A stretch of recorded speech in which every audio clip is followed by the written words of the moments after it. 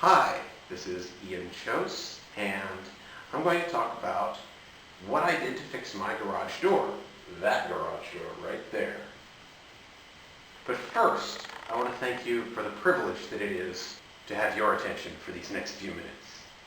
I want to use this to represent the bottom of the garage door. It was kind of doing this number when it went up and kind of doing this number when it went down. There was a horrible, violent, shuddering noise. Boom, boom, boom, boom, boom, boom. The garage door over there was just not cooperating. So what went wrong? So I did a little poking around and figured this out. One thing that might be the problem, this is one of the pulleys. The garage door has these springs attached to a system of pulleys, and then there's a cable that runs back behind this track. It runs all the way down to the bottom of this garage door. So this is the old pulley. It was just mounted on this bolt with a nut, 3/8 inch, and here's what went wrong. Well, it must have gotten in the habit of catching. I think I see why. Probably because there's a little bit of an unbalance right here. A little bit of a bend. And that bend was catching on the mounting bracket that holds all the garage door hardware up. So it gets stuck here. And then as the cable slides past without the wheel turning, eventually it ground a slot right there. That's not supposed to be there. And once the slot was deep enough, the cable would begin catching on that slot. Thus, the right-hand side of my garage door would stick and pop and shudder, and the left-hand side was still operating fairly smoothly. So I decided, gee, this is horribly shot. There's no fixing this. This needs to be replaced.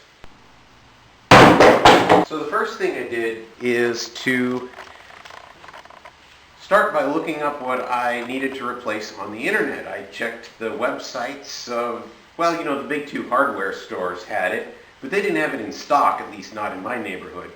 So I tried a couple of the second-tier hardware stores. They had it in stock. So I found this. Well, it does have a couple extra pieces.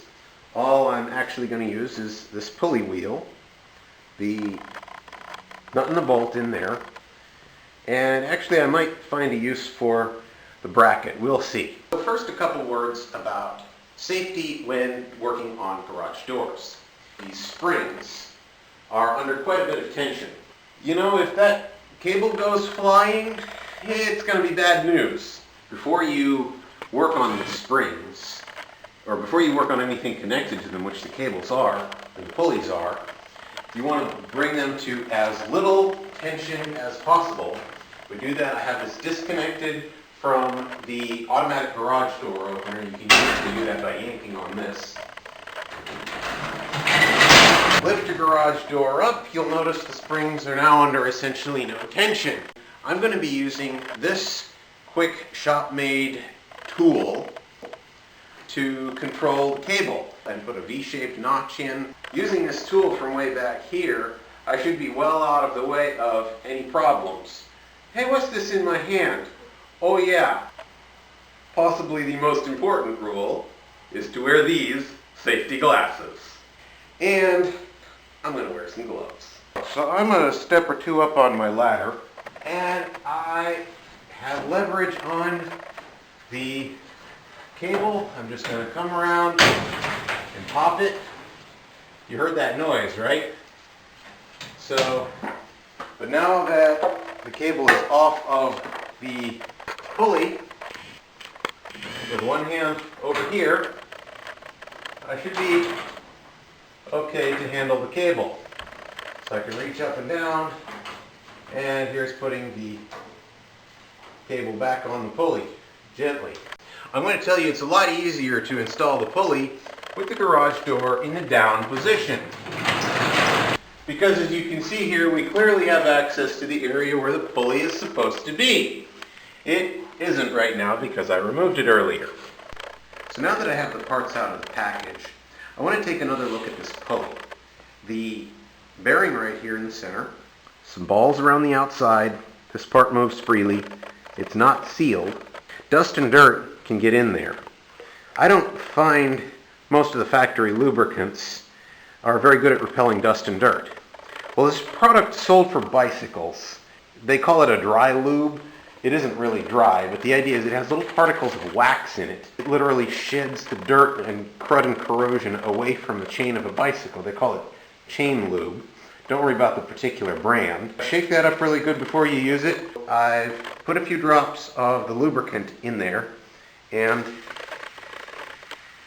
look at how well that spins. That's way better than it used to spin.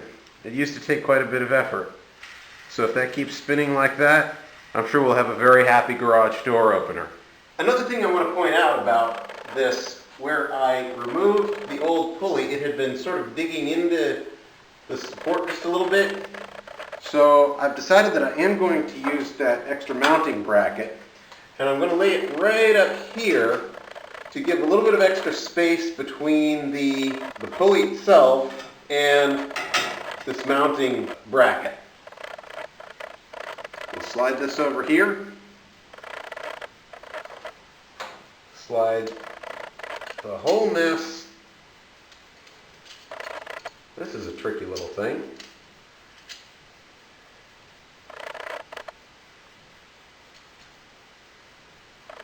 Slide the whole mess up to here.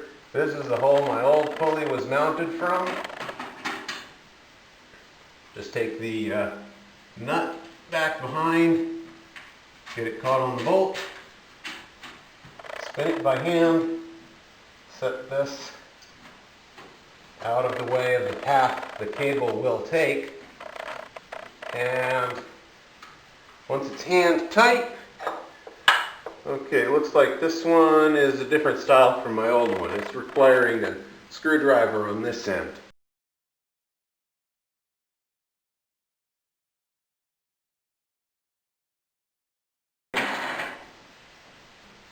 Now, again, I have to lift the garage door up because this is under too much tension. I can't mess with that even with a tool.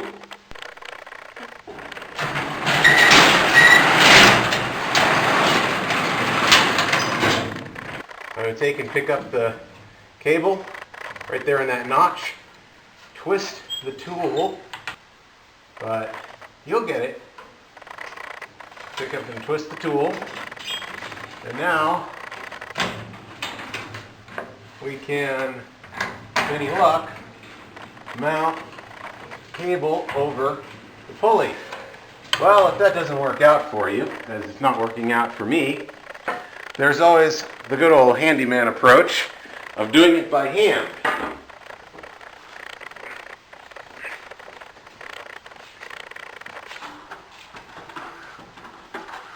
Okay, so the last step is we want to put the garage to a position somewhere in the middle.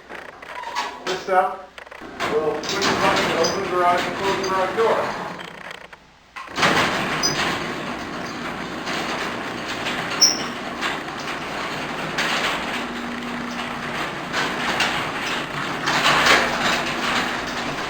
And I would call that a smashing success.